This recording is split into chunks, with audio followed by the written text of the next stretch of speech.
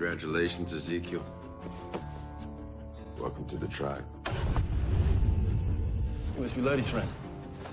I'm Ezekiel. Gabriela. Con el dolor de la mortal herida. ¿Te gustaría sleep conmigo? I would like that.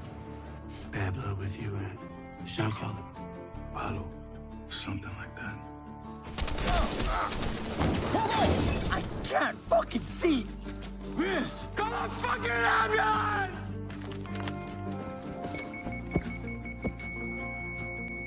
Riz didn't make it. We're going to war. I don't see Palo. Find him.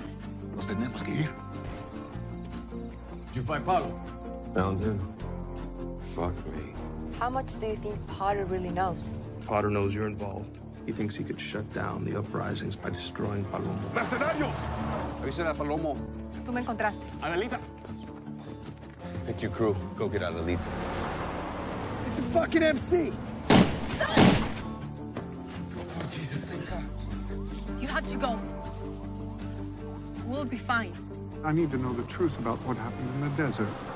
Rebels, Adelita, Galindo, Palomo, all the pieces. If not, I'll have ICE pick up Felipe Reyes. Told her Potter was blackmailing us. Using Papa's leverage.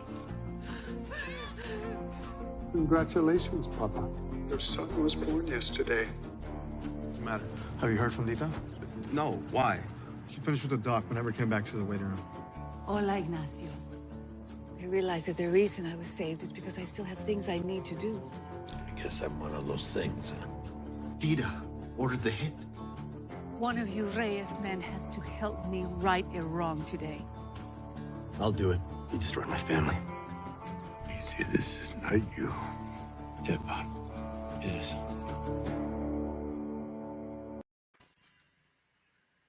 Hey, welcome back to season 3 of the Mayans. Really excited to be here. This season was just amazing. We are going to break it down episode by episode. I am Jen, really happy to have you here. I am joined by Kinte. Kinte, how are you? I'm doing excellent. And for those who may be wondering, the first 2 seasons we did the reviews right after each episode. Blame me for the reason why took so long. I'm just now seeing the episode. So they'll be really fresh for me because after each time I watch an episode, we're gonna do a review. So it won't be like every Tuesday or every Wednesday or something like that. Every time we get a chance, we're gonna try to catch up with this season. So but Jen, you have seen the whole season, so it'll be interesting knowing what happens and me not knowing. I have no idea what happens past the first episode. So I'll make my predictions and whatnot, and you can hit the mute button so you won't laugh when I'm totally wrong. It was a pretty wild season. I will definitely say that. No spoilers yet, but it was unexpected. Lots of unexpected stuff. So let's get right into episode 1. First, right. I have to say I enjoyed the new opening. It's a little less quirky than the first one, which I did really like the music in the first one. I feel like it had a really cool place. But I also get, this is kind of a post-Sutter environment, and we're also, which I feel like was beautifully portrayed even in this episode, when they were shooting the Mayans, we know that it was a very different political environment. And our relationship between Mexico was super different. And I feel like they did a good job in the opening of kind of making it feel like, hey, you know what? There is a real story in the immigration piece behind this that will play out. And I think that they did a pretty good job of making that very clear. I love the dichotomy between what it must have been like for American people that were just like colonizing, moving west, and people that were moving up from the south. It was a really different experience. So I liked it. What did you think? Oh, I thought it was really good too. It kind of caught me by surprise because we had the same intro for the previous two seasons, and at first I didn't know what to make of it, but then I was looking at the images and I thought, oh, this is really cool. I like this. It makes it, it gives it a much better, I think, kicking off point for each episode. So kudos to them, and it really does a great job of showcasing Mexican, specifically Mexican heritage. So with Cesar Chavez in there, and and just the different imageries that they had in there, I thought it was good. Before we get into the actual episode, let me read the title as well as the synopsis. The synopsis, yes. So the name of this episode, this is episode, of course, the season premiere of season 3, and the name of this episode is called Pop Struggles with the Death Angel. And the synopsis is: a border shutdown squeezes the Mayans' heroin trade, setting off an internal clash over the future of the club. Easy and Angel deal with the fallout of family secrets. The Galindos grow apart as Miguel loses himself in his grief and search for answers. All right. So, one just a quick thing, even about that synopsis, there is throughout the entire season, really, they're dealing with a border shutdown, and it makes the entire drug trade really difficult for everyone. And tensions are already high between the Mayans and, well, the Mayans, uh, between the different factions, I guess I should say. One thing that I thought was super interesting was they really used the border shutdown to further the plot in a way that felt so organic and so genuine. I don't Hmm. know. The whole, to me, the whole thing about them bringing uh, the fallout of not being able to move drugs feels like it is catalyst for lots of things to come. What do you think? No, I thought that was really good, and it was, going. It goes with what's in the news as well, and I thought that was very interesting the way that they tied what was going on with the story, the plot line, and just seeing the troops around, gave it this feel that the show did not have before. So I thought Yeah, that was pretty good. they definitely didn't back away, which I was a little nervous in the beginning that they might, but they didn't back away from the feel, the true sort of anguish, if you will, of the border being shut down.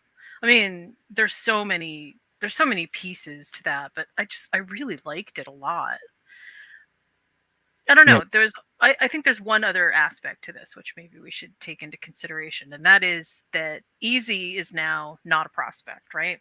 He's not at got his all. patch. He's the man, and he you can feel in this episode that he is still testing the waters a little bit. You know, he does not quite have the agency that I think maybe he wants to have. And that definitely comes through. Whereas Angel, on the other hand, seems like without Adelita, he is just out there. I don't know. What did you think about that? Yeah, he obviously misses his child as well as Adelita.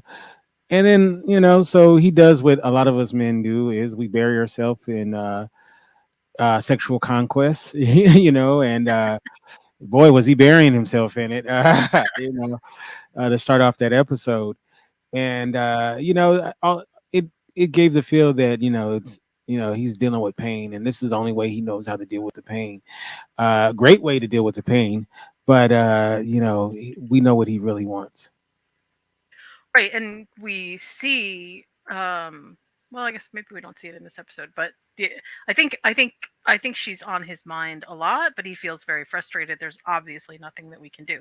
So let's talk about Adelita for a second. So we see her, we know that she is being kept prisoner. We know that they are torturing her basically with the sound of the baby in the background.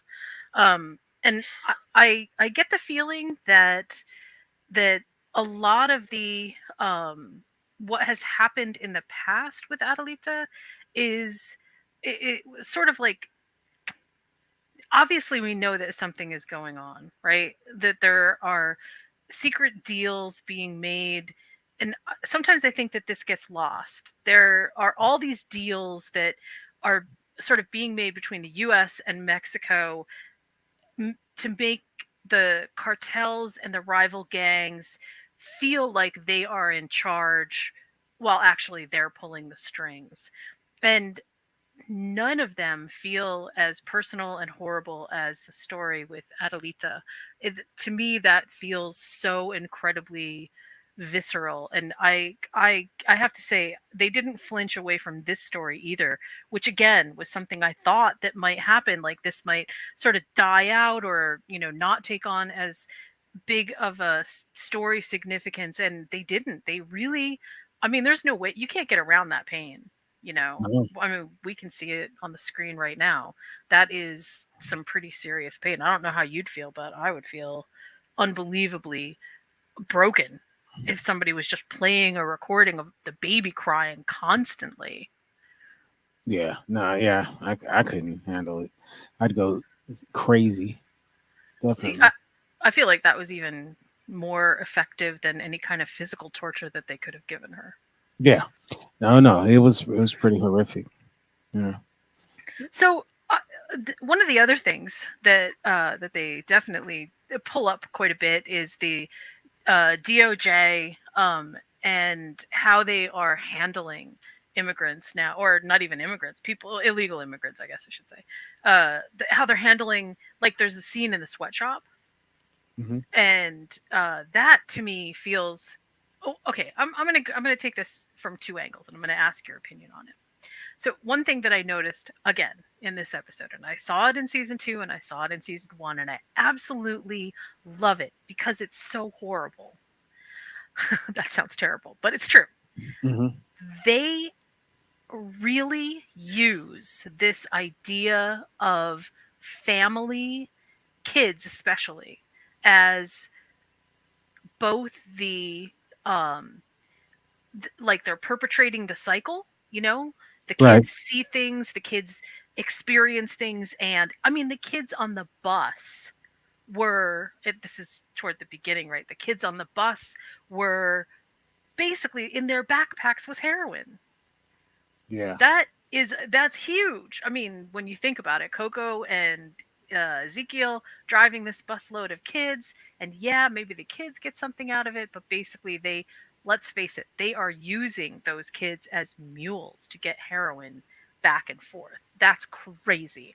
But what I love about it is that kind of depravity is exactly what I think is like, this is it. This is how it would work. You can't sugarcoat it. You can't pretend that it's not the way that it is.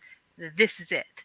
And I have to say, I love the show for doing that. So what I wanted to hear from you was, how do you feel about the use of kids so much in this, especially in as we've seen so far, but even in this episode, how do you feel about it?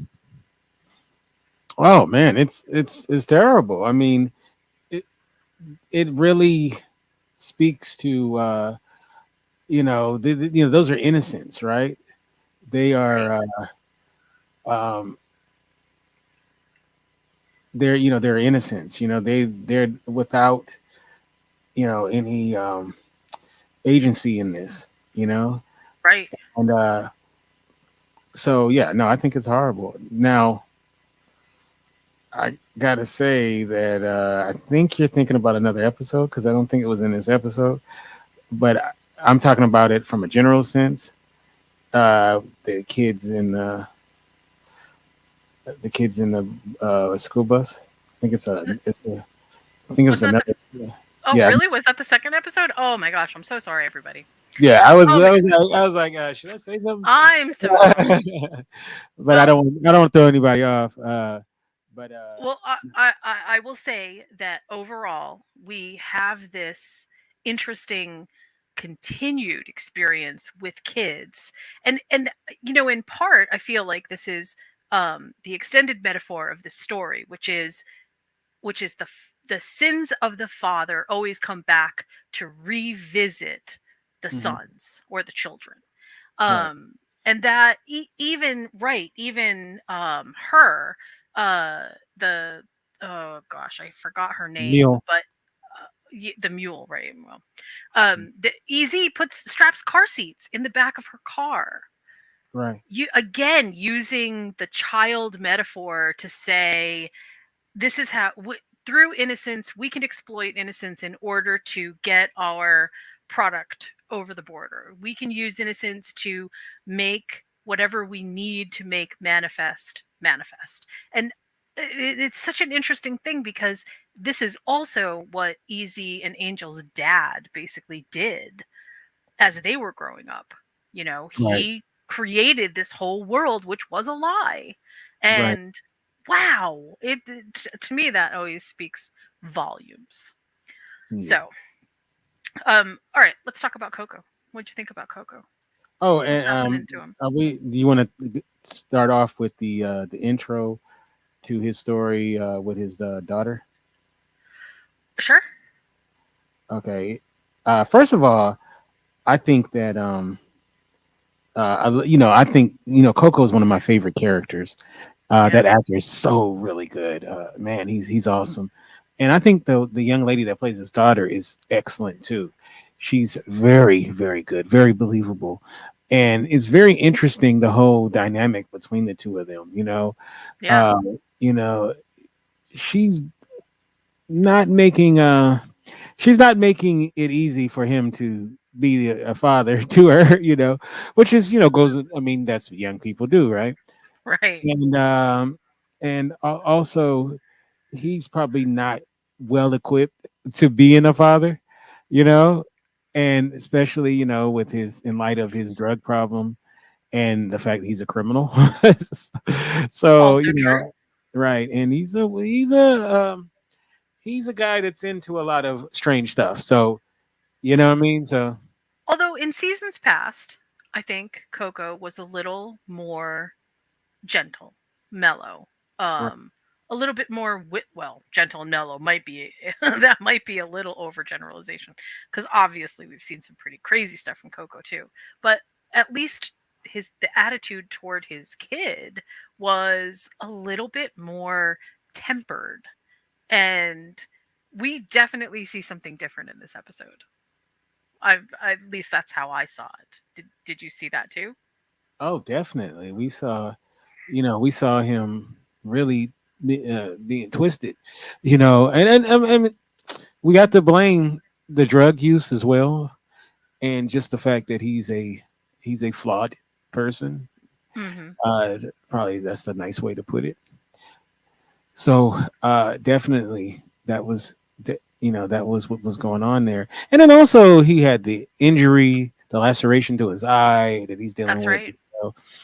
and which he's not getting any kind of sympathy at all about it. Well, I think just in terms of the way that they presented him this season, he looks so much more scraggly and rough, and I mean, even down to his clothes and makeup, he just looks gaunt and like he's ready to go star in the next horror movie or something. Yeah, he Um, looks amazing.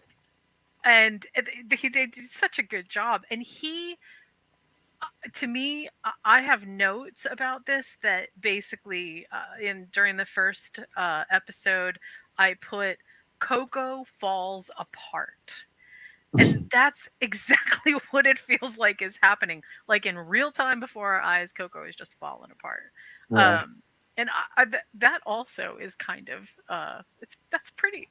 I feel like they just started out this season so good. They really set up some good ideas that we can feast on. And I mean that. That I really, really, really liked it. All right. Uh, okay. So I would like to hear from you what you thought were some of the highlights from this episode, because uh, what I consider to be a highlight, like, to me, understanding where the Galindos are right now is sort of like, obviously they're not getting any sympathy at all from me, but when I see sort of Emily falling apart again, I do kind of feel a little bit bad for her. And that to me seems like that might be pretty critically important going forward, just because we know that Emily plays such a huge role in the Galindo side of everything. So that to me was a huge highlight. But I wonder, what were the highlights for you? Well, if we're talking about highlights, just in enjoyable moments, I would have Yeah, to yeah, say I would have to say the bar fight definitely. with the military soldiers were military soldiers with the soldiers where I thought that was pretty awesome because it started off with inner bickering, Right. and it's just like when two brothers are fighting and then someone attacks one of the brothers and all of a sudden they unite. I love Yep. that. And I love the scene where Easy and Angel are, they're drinking and they're like, should we join in? And then they're like, yeah. And then you see him walking to the fight with the bar stool. And it's so like they've been in so many fights. It's like they've been in so many fights that it's like old hat. It's not even you It's know, iconic at this point. yeah, it's not even it's not even a thing. It's just like, okay, we're just having another fight. And I love it when he goes with the stool, like, just ho hum. No, there's no anger. It's just that's what you do is you fight. And And it's then yeah, it's what it is. of course at the meeting at the table, Daddy gives them their what for. No, no, no. Don't we have enough trouble without you guys getting into. Yeah, I thought that was actually really great too. You know, I think that this may be, and this I will. There's no spoilers when I say this.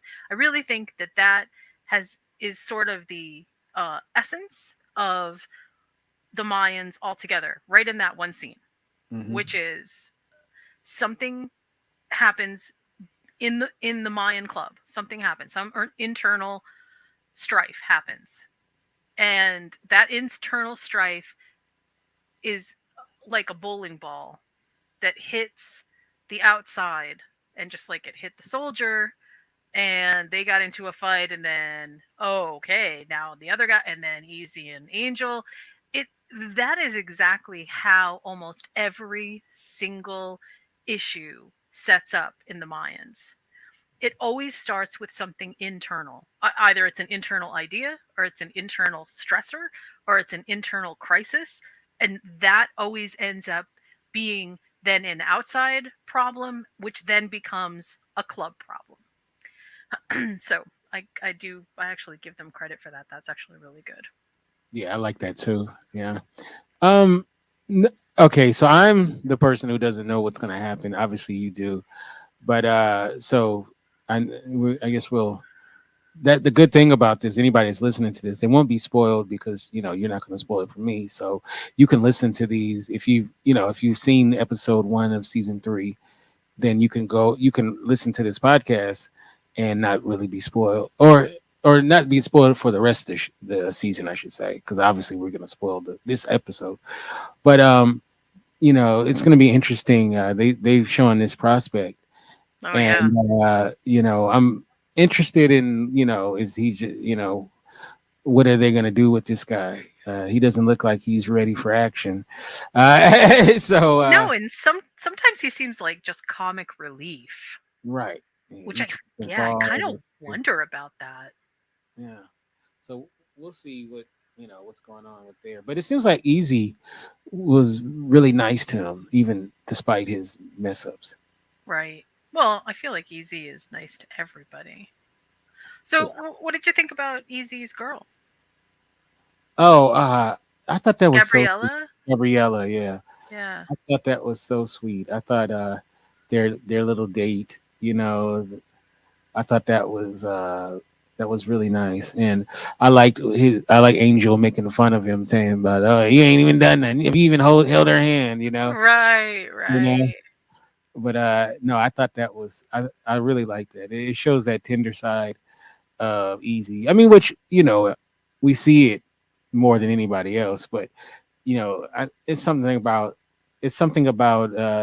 for us, us tough guys, what a good woman could do to soften us up, I so I have to say that although I do love it, and also just if I could point out in the picture that you're showing up on the screen, they have the business there, and it says going out of business, and that was a direct, I think, point to make because the city is suffering really badly, and part of that is the Galindos because that deal is failed and they can no longer get supplies from the other side of the border, but part of it is, let's not forget that drugs fuel this place. So when the big guys aren't doing well, nobody's doing well.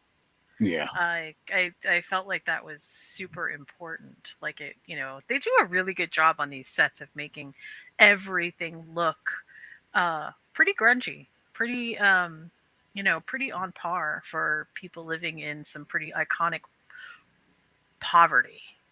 Yeah, and it makes it looks like it's like the Middle East or somewhere, it's a war zone. It does. It Yeah. really does. Um, there's actually a line later about that is, there's a direct correlation, which is kind of interesting as well. One thing that I do think was also I don't interesting is maybe it's not just interesting. It's I feel like maybe they might be setting something up. I don't know, and maybe they're setting something up story wise for sort of later. But it does seem to me that the tension between authority, either the guys in the bar or just the little tension of EZ and Gabriella, and they see the guy on the corner. It feels like they are really, really stretching pretty hard to remind us that the the club is really, really wary of any kind of military or authority show. Like they just really I'm trying to think of the right word to say, but basically they don't, it's not just that they don't trust them. It's that there is this huge disconnect between what's happening from the authoritarian side and what's happening for them. And those lines feel very marked right now. And especially in this first episode, it just really felt like, yeah, okay. In fact, there's a scene where where they are pouring cement into the tunnels. Hmm. And I actually had made a note about cementing the future. That, like, they're not just fixing that; they are absolutely making impenetrable obstacles for the team, for the club, and for anybody else that's involved. So, I mean, what we have seen in past seasons is those tunnels get used a lot. And all of a sudden now, they are clearly going to have to think outside the box because none of that's available anymore. So that was kind of interesting. I thought it was kind of cool. Yeah, I was like, oh man, that tunnel was so cool. Yeah, So much has happened in those tunnels, right? those walls could talk. No kidding. So the name of the episode was read me the name of the episode again because it was really good. Yeah, it's Pop's struggle with the Death Angel. Pop's struggle with the Death Angel, right? Which is a direct correlation between what happened at the end of season 2 and what is sort of transpiring right now. And obviously, yeah, he's having kind of a hard time. He's in some pretty major depression. I wonder though how much of this he thinks is his fault and how much uh, is just like pure sadness. I don't know. What do you think? Well, a big piece of his life was taken, so you know, he's he's an emotional guy, right? He's mourning the death of his wife, and then he's also mourning not just the death of his other love, but the innocence of his son's involvement in it. Right. Right. So it's one of those things where he had to do it. It had to be done, right? He realizes that, but sometimes the thing that needs to be done is the hardest thing to do. What's crazy to me is we know that this is sort of a fresh start for him, and yet this fresh start has just absolutely, it's crushing. Like there isn't any redemption out of this. It is just as hard and just as difficult as it was to live with the secret, which I feel like is a pretty telling kind of a thing. They did that really well. I really feel like they did that well. Oh yeah, definitely, 100%. So one other just sort of note that I made during this episode was I thought it was funny that the drug mule that has, I wish I could remember her name. I should have written it down. The one that has the car seats in the back. She it was so funny. She tells him, she's like, yeah, it's really hard, or he says it's really hard everywhere, and she says, yeah, but luckily crime always pays. Yeah, right. $5,000. And yeah, I'm sorry, babe, but crime didn't pay in this case.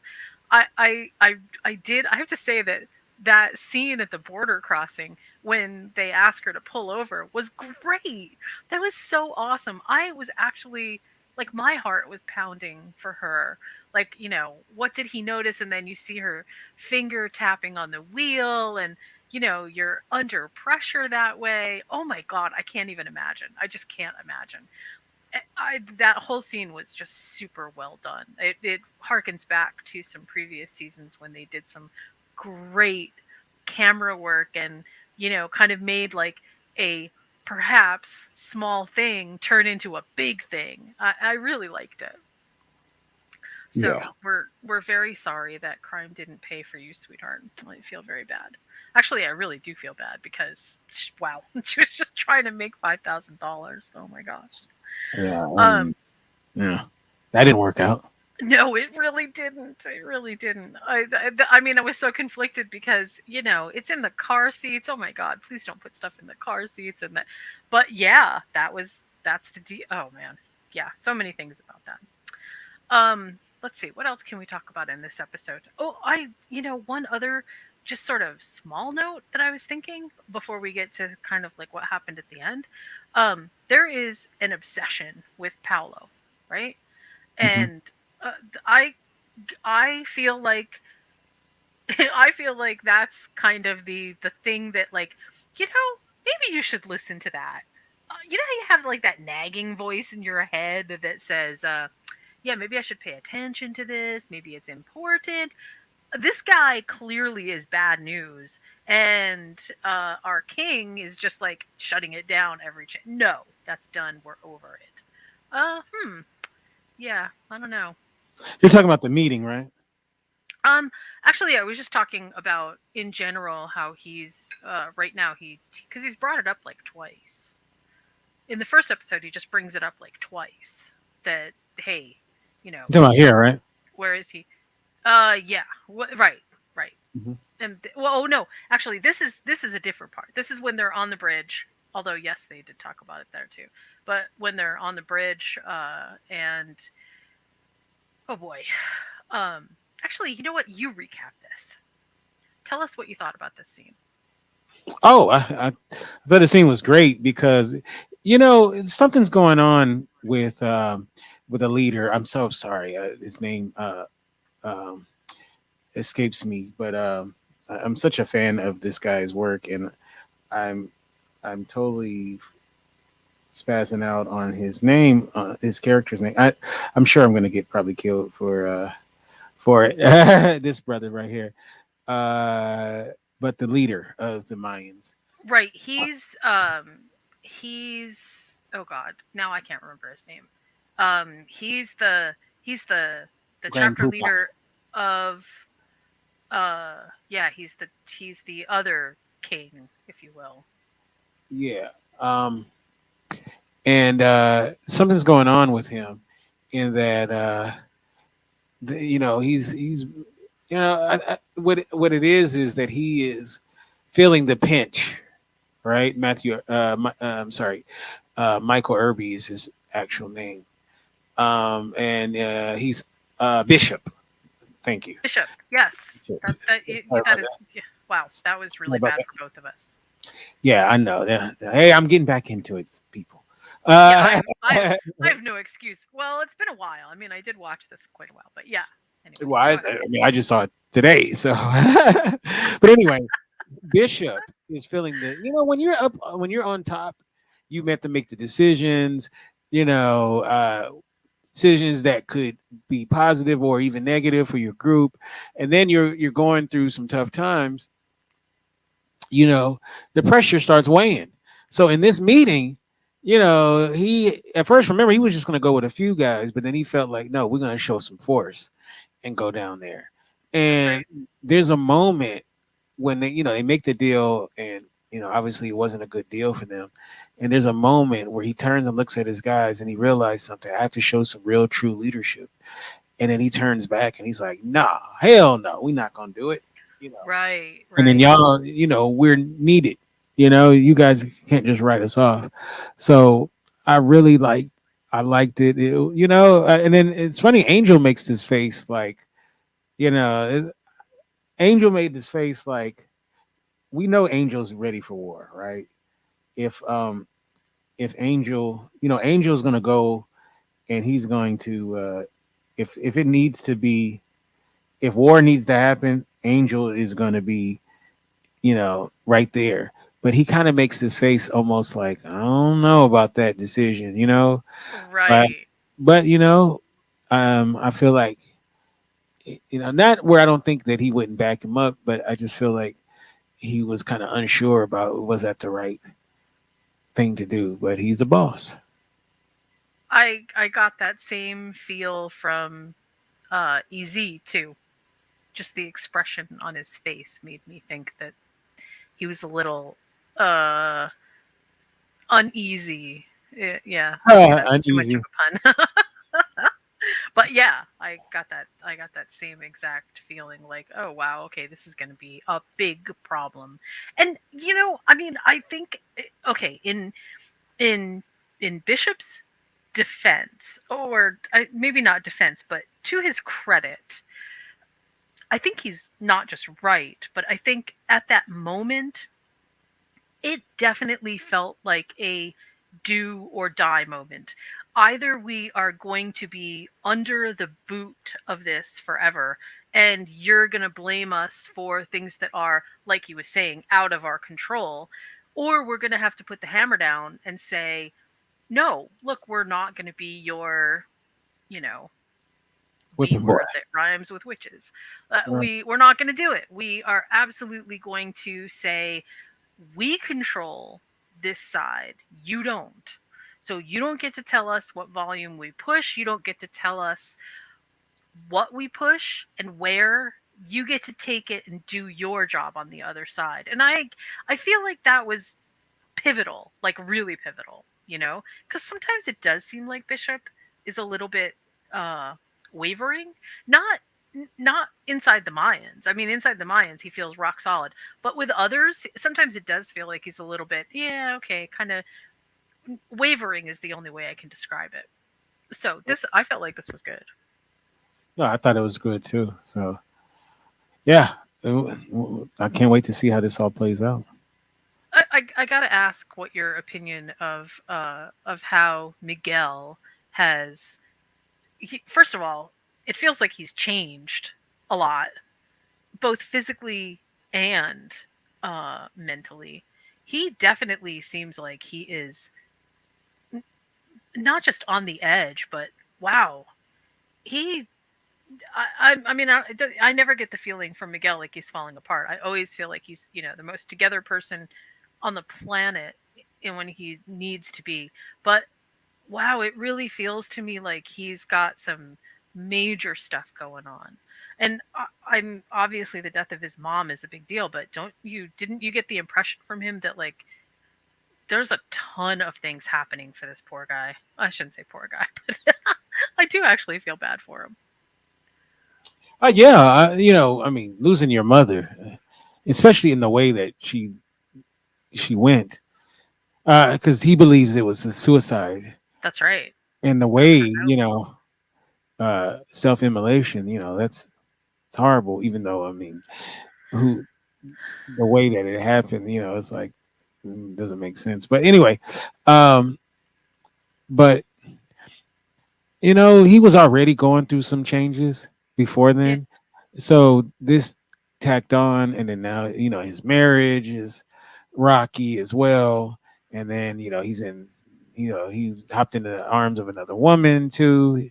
That's going on. So yeah, it's definitely he's definitely gone through changes. But then you saw one of his guys complain about him crying because of his mother dying. The big guy. Yeah. Yeah. So, which was interesting. Although, it does seem to me that, and I mean, I say this like without free of extra story, right? Uh huh. It feels to me like Miguel does best. Miguel and Emily do best when they are on rocky ground. And I don't mean like, oh, the marriage does well. I mean, story wise, we get so much out of Miguel and Emily struggling. There are so many awesome story places to kind of visit and go because it gets so messy so fast. When they are experiencing marital bliss together and they are working well together, and yes, lots of stuff happens, and we saw that last season with all the plans and the city council, and but it didn't feel as monumental as when they are struggling. All of a sudden then it's like in your face, it's so real, there's so much going on. And Miguel is such his machismo is so big that it just dominates the relationship in a way that sometimes really does make me feel a little bit bad for Emily. And anybody who's listened to any of our past podcasts knows I am not a fan of Emily. I don't like Me Emily neither. very much. But as a character, I do feel like, first of all, I feel like the actress does a great job of making Emily who she is. It's just fabulous. Kudos, so big.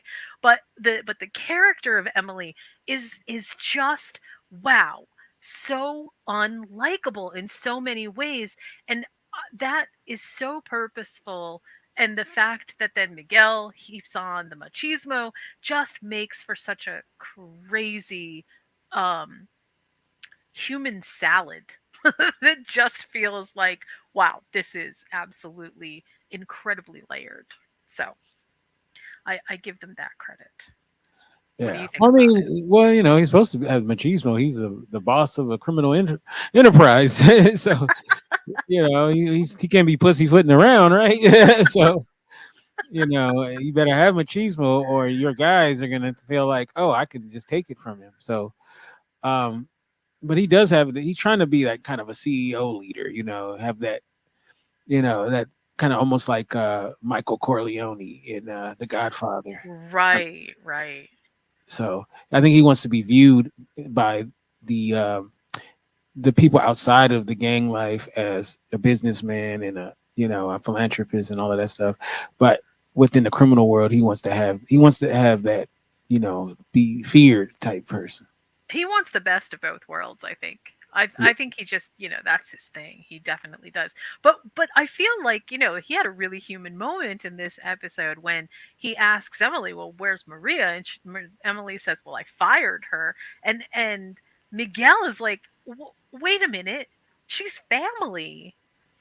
And uh, to me that was big because he's already dealing with the loss of his mother, and then now to have to deal with with Maria being gone just is like, wow, that's really, I feel like that's got to be super big. Also, the scene that is up right now is Miguel sitting on this very plush leather couch. It's in a therapist's office. And the best that Miguel can do in terms of breaking down, although he's crying, best that he can do is say, did she do this to punish me? And to me, that was like the most narcissistic thing that any human being could say.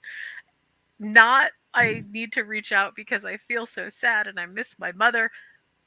Did she do this to punish me? What, that was just absolutely enormous. What did you But you think know about what it? though? What? Here's the thing though. When people commit suicide, and there's not really a kind of like breadcrumbs to really know the reason behind it, you're left with, you start internalizing. It's like, well, was it something I did? Could I've Hmm. done more? You know, you start wondering like, what was it?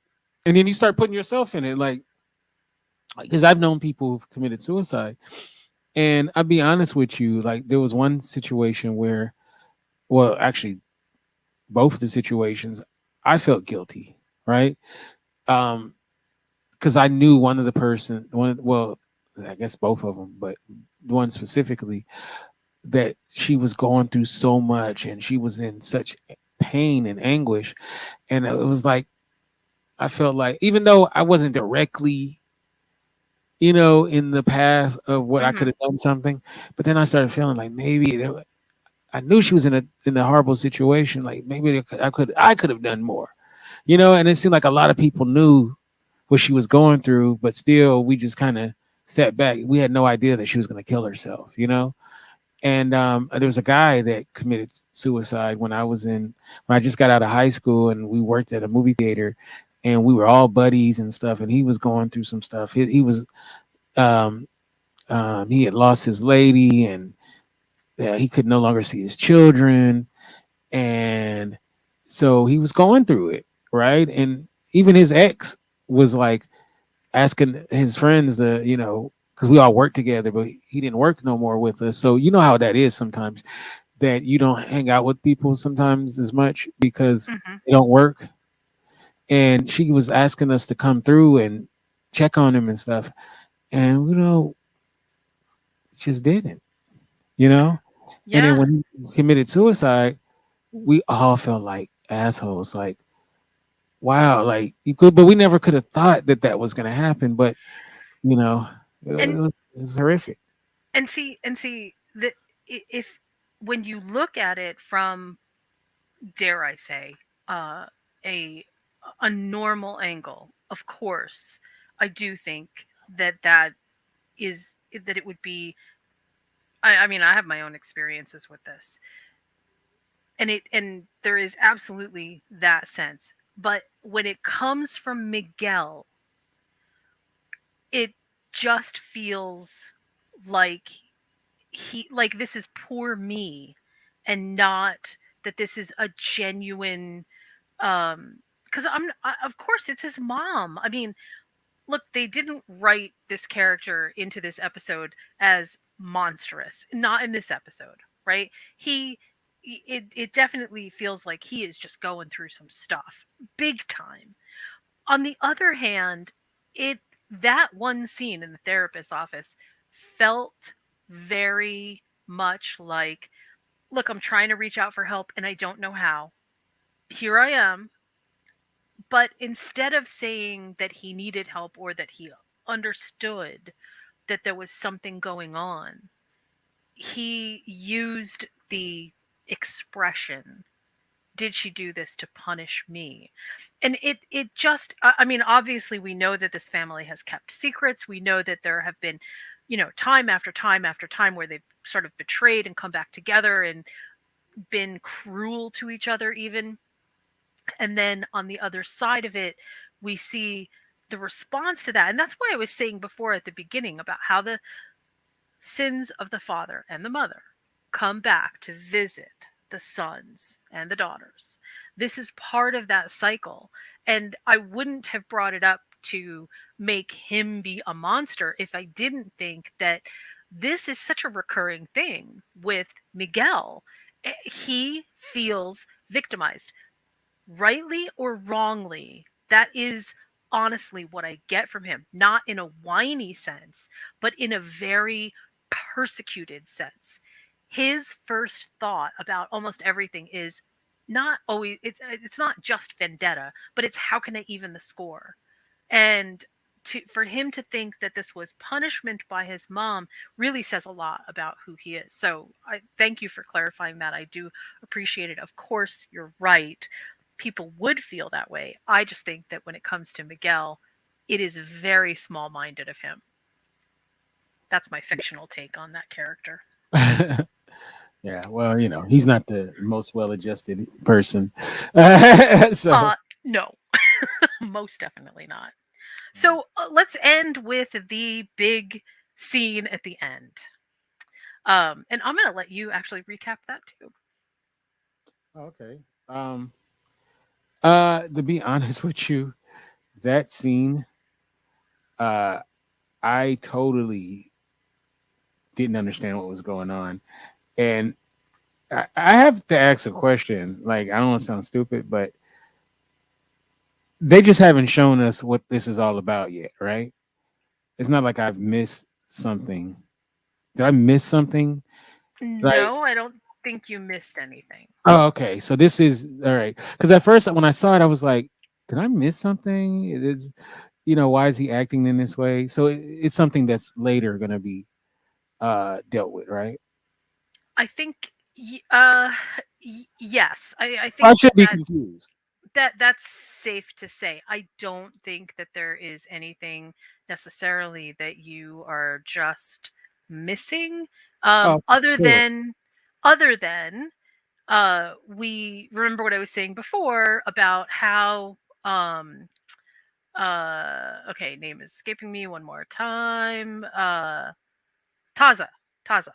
Mhm. Uh how he keeps saying, look, man, we know Paulo is not, we know something bad's going to happen, right? And think that this was basically to show us, you know what? Paulo is not just bad news.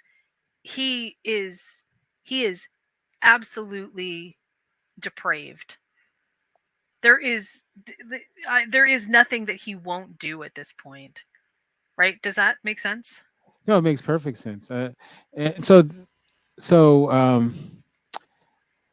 one of the Mayans, this is from Paulo's group, right? Um, the guy with the ponytail, uh, this guy, right? That is Paulo. Paulo, yeah. Yeah. Oh, okay. Paulo, Yep. gets pulled over by police, or was that border control? I can't It's Border remember. Patrol. Border patrol, my bad. And as they're trying to, as the guy is trying to look at his ID, he ends up, slitting his Achilles tendon, and then shoots him, but not enough to kill him.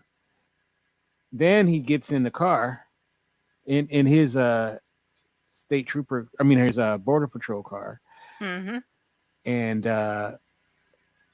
then he very viciously runs him over while he's alive still. So he made sure he wasn't dead. He made sure he was just wounded, and then runs over him, backs over him, and then runs over him again and steals the vehicle.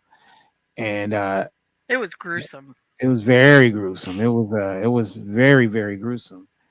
In a show that shows a lot of brutality, it was one of the most brutal scenes. And the way that he did it, like almost like the Terminator. He looked like Robert Patrick, who's actually on the has been on the show. He looked like T-1000, the way that Yep. he was doing it. And then he, steals the vehicle. So the idea, I'm guessing, is to cause a war between border control and the Mayans. So I'm assuming that's what the intent was. And let's not forget, although, wow, that's because sometimes the episodes flow together for me. Let's not forget that they have decided that they are sending Adelita back to Mexico. Oh yeah. That seems like that might be a pretty pivotal point right there. And not none of the DOJ agents are happy about this, and they, say something like, you know, who approved this? And of course, it turns out to be our good friend who obviously signed off on it. That also, see, I kind of miss him now. I kind of wish that he was around in this episode. But Right. He's in this season though, right? I bel I won't say anything. I'm not going to say anything. Oh, okay. I mean, all right. I'll just I'll let us find out. Oh yeah, I forgot because they did that little whammy bammy with him. I forgot that. Okay, I totally forgot about that. Yeah. So yeah, I have to remember, guys. It's been over a year, it's almost 2 years since I saw the second season. So, gotta forgive me. In this episode, he is on vacation, or is that what they say? He's on vacation or on leave or something. Something like that. But it does feel it feels like what's a good way to say this? It feels like they definitely kind of they need his influence even when they don't have it ready to go. Like he definitely is still influencing our story quite a bit, which is kind of cool. Yeah, fantastic actor. So I was pretty impressed with this episode altogether. I don't know how you felt about it. How did you feel about it? That was really good. Great opening to the season and made me look forward to what's coming. Definitely a good start. Lots of killing. Poor Dita's therapist who ends up dead at the end because Miguel simply can't handle the fact that she won't tell him what's going on. I felt really bad about that.